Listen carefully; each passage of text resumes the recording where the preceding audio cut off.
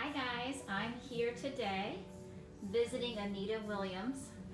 We're in her studio space at the Handsome Cab, which if you don't know, the Handsome Cab is located on North George Street. So they're a wine bar, and upstairs they have artist studios. So I have the joy of visiting Anita in her studio. Hi Anita. Hi, Mindy. How are you? Good, thanks for having us. You're welcome to come anytime. And this is some of her work here. She's lots of pieces. So I'm excited to hear more about her work and share her story with you guys. All right. Okay, well, Hi. hello everybody. You're welcome to come in my virtual studio tour here. On this wall are paintings. Most of them have been completed in the last three or 4 years. Okay. I used to be an art teacher at Spring Grove. I taught at the high school and I taught at the intermediate school. Great. And one day a week at Spring Grove Elementary. Great. I decided to go back and get my MFA in visual arts a couple of years ago. Came back and worked another year or two and then decided I really wanted to pursue my art. So I took an early retirement and started working here at the studio space. And a couple things I'll tell you. When you work on your art every day, you really learn things and grow. I've done a few different styles. I do abstracts, I do flowers, close-ups. Lately I've been doing a lot more landscapes. And I decided to do landscapes because people can relate to landscapes, and I'm a real nature freak. Yeah, I live in the woods up in Dover, and I am literally surrounded by trees and beautiful things. So one of the things that I've done is I've changed my color palette since I've been doing this full time. I used to use not so much black, but I used to use a lot of browns, and I would mix browns with blues to make a black. I decided at some point that I was going to take browns and blacks completely out of my palette. And so my dark values are shades of violet and blue. And I find that when I use those colors, number one, things are less muddy. And number two, I'm more sensitive to light and color. I'm really kind of playing on the way the sun is intermingling with the lights and the darks. So you might see this painting was done while I was finishing my master's program. Okay. And this is before I changed my palette. This one was kind of a transition. I did start with some browns, but I kind of moved away from that. And this painting this is the first painting I actually did without any blacks or browns. Oh wow. Okay. And this is my neighbor's pond. And probably fall, September, probably about a year ago I started this. Wow. Okay. This painting was started with browns and blacks. Okay. And I didn't really like it, and I came back over it with violets and blues, and it kind of changed it. But since then, like these are all the new color palette. Yeah, it's beautiful. This is when I started right before the pandemic. Okay. The pear trees were blossoming on yeah. Market Street, and they were just starting to lock things down. You can see one person in one car on Market Street. Kind of telling. And yeah, The lockdown. and it's not quite finished. Like I said, I started it right as the pandemic was happening. Yeah. Follow you here. Here's a couple more that I kind of I finished in the winter. This one in the snow scene. Oh yeah. This is one I started while we were in lockdown, and I was home and it was a spring and the light coming through the trees. Yeah. I love that. But again, a lot of purples, and that's still Beautiful. in process. Okay. So I'm still working out a few things here. Back over here are all my works in progress. Some of the ones that I didn't think were quite working and I'm still playing with. So some of them I may just paint over. Some of them I'll see what I can do with it, but I always have like a lot of things in progress. I like to, jump around. I can understand that. Yeah.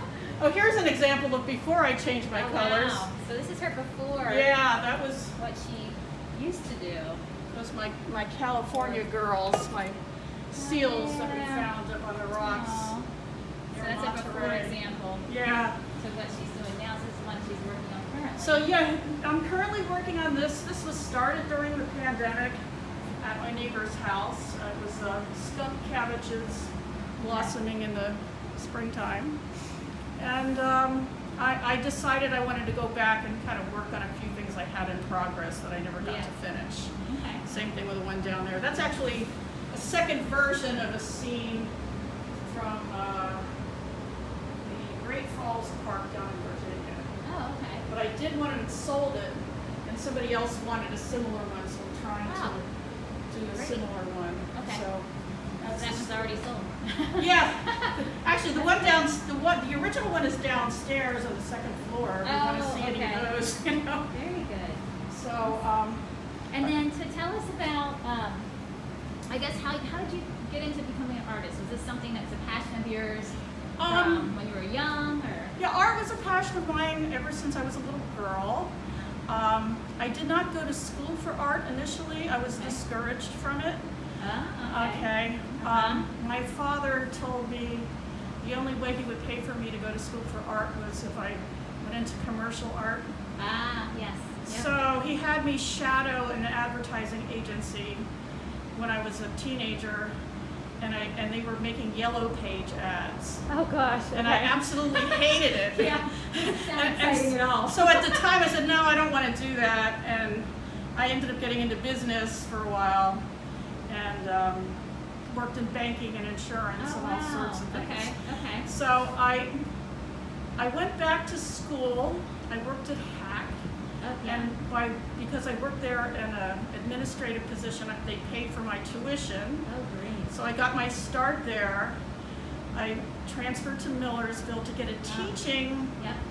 I wanted to get an art teaching because I figured I would have employment. Yes, right. And that's what I did for 15 years. So I actually went back to school as an adult and got my teaching degree, started teaching. And I did this while I had small children. Wow. So I came to teaching a little bit older, and I taught, and I loved teaching. I taught at both the high school and the elementary level. Yes. While I was there, I did go for my master's, but just in education. Okay. And kind of felt this was okay, but I would really rather study art. Yeah. Because that is what I was passionate about. Yes. So I found this MFA program through Wilson College the very first year, and it was a combination of choreography and visual arts. Which is super cool. It sounds so great to me. Half the students were visual artists and half were choreography students. There were only 6 of us the first year. And it was an intensive program. We were on campus for like 5 weeks, 6 days a week. Yeah. And during the spring and fall, we did online courses and worked with mentors. Great. So it was wonderful. And after going back to teaching, I did take a short sabbatical.